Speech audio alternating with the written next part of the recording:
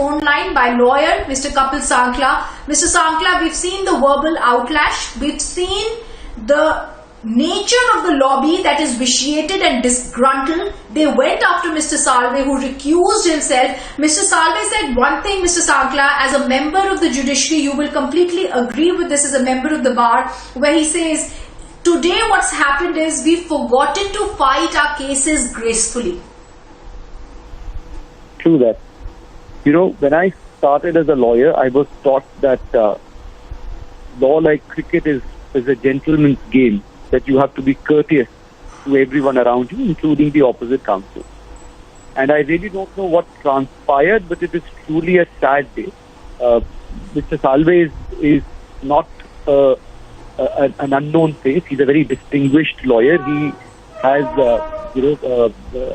won accolades not only in India but also abroad. He's an internationally renowned lawyer.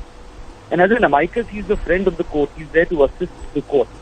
And any aspirations to the fact that he is known or a friend to the CBI is very unwarranted, because as lawyers of some standing, we always get to know the judges and we always have personal rapport. So whatever has been said for whatever reason is extremely sad, and truly a sad day for judiciary, and more importantly for lawyers, because this is, of course, in my view, hitting under the belt. It should not have happened.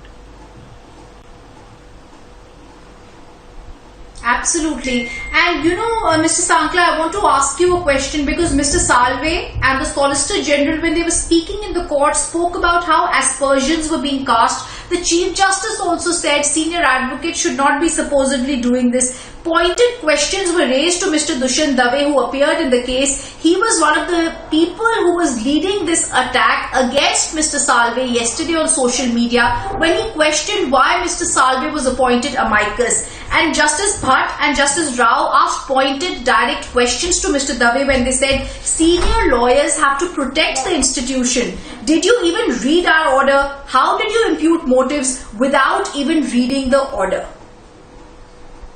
You see, I like to go beyond that, because I also know Mr. Dave very well, and I believe that he's a very respected lawyer. I've seen him argue matters with passion.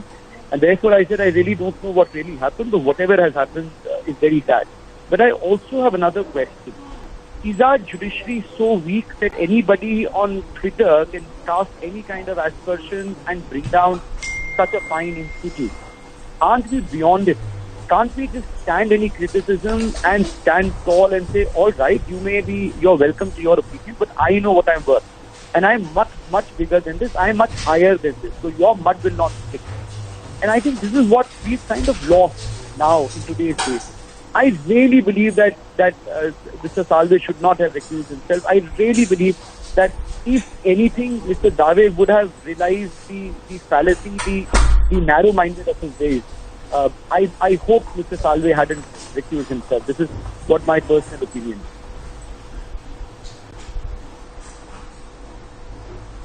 Absolutely, absolutely. Mr. Sankla, thank you for being with us as we stay on with the story, viewers. And what Mr. Kapil Sankla has said is extremely clear. When a man of this stature is questioned, it is clearly going to be seen as causing disrepute, and we have to see that doesn't happen. Let's also tell you, as we're going to try and understand what's happening, because there is a in the legal fraternity, this is causing an outpouring of support for Mr. Salve. I'm getting a lot of calls from lawyers, a lot of calls from judges about what's happened. We're going to put that together, collate it, put it forward before you. We're going to go back to the news, and we're going to come back with more details as the nation continues to stand for Mr. Salve.